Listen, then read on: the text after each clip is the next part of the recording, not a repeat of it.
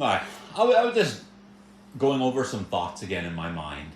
And I thought I'd address humanity and ask them a serious question to look at themselves as a species and really think about what's important in life. Yeah? And for example, yeah, the other day I was getting thoughts about the people with a lot of money, like the upper middle class and the upper class, the rich and the famous and stuff like that. How it appears as though the majority, if not all of them, will only bother with people if they're also rich and famous or celebrities. Yeah? I mean, occasionally they'll pull PR stunts to help the layman or whatever, or sign some autographs or whatever.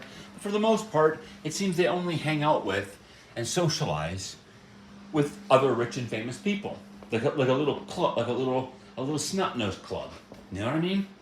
That's what it looks like. Yeah, like these, and we're taught by the system and by people that is the ideal we should all strive for. That we should all chase after money, nice cars, nice houses, nice clothes, lots of jewelry, lots of technology.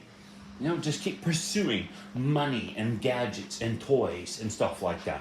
Just keep chasing and chasing and chasing after stuff that, like people who, like chasing after money, for example, and just trying to become as rich as possible, so that the only people who want to be with you are people who are going to use you. Yeah, like you see all these really rich guys, for example, and they'll have like trophy wives or whatever, or like whore wives, who are obviously not interested in them for anything other than the money and the high quality life. You know what I mean? But yet they're like, that's what you should want in life. That's the dream that everyone should aspire towards or strive towards. Yeah, it's brutal. Yeah, like in my situation, for example. Yeah, I'm disabled. My life is pretty much totally destroyed. Yeah, I own almost nothing except for this tablet I'm holding, and some notebooks, pens, and calculators. Yeah, a supply of bottled water down there. Yeah, supply of bottled water, and what do we got down here? Lots of rice and beans. Yeah, and that's about it. Rice and beans, and little vegan protein shakes there for my protein. And we got little multivitamins and calcium supplements. Yeah, and yeah, and I'm probably the happiest fucking person on the fucking planet.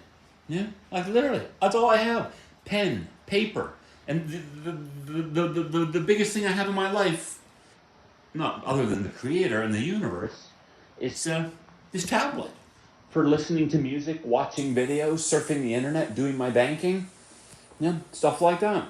Yeah, this is all I have, and I'm literally like the happiest person in the universe. You know, I spend my life trying to spread goodness and teach people how to be the best they can be.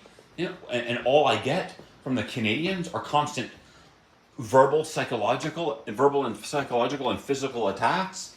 You know, as they try to convince you we don't want morality. We don't want to develop our character and be awesome people. We want to be sick, perverted, retarded, drug addicts, alcoholics, and junkies, chasing after whores and trying to have a fancy, fast car and a nice house and a whore wife who obviously doesn't give a shit about and just using you for a better quality life. Yeah?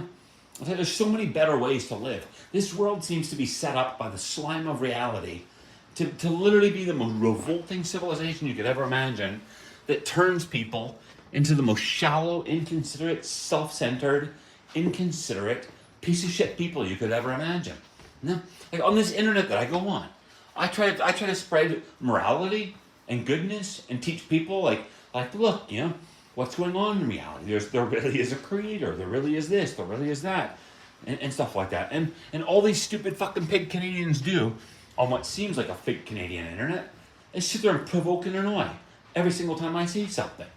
Yeah, they're scumbags, or they try to twist and turn what you say into something else. Yeah, try to make you look bad and make them look good. And that's another thing I've never understood about this stupid fucking planet.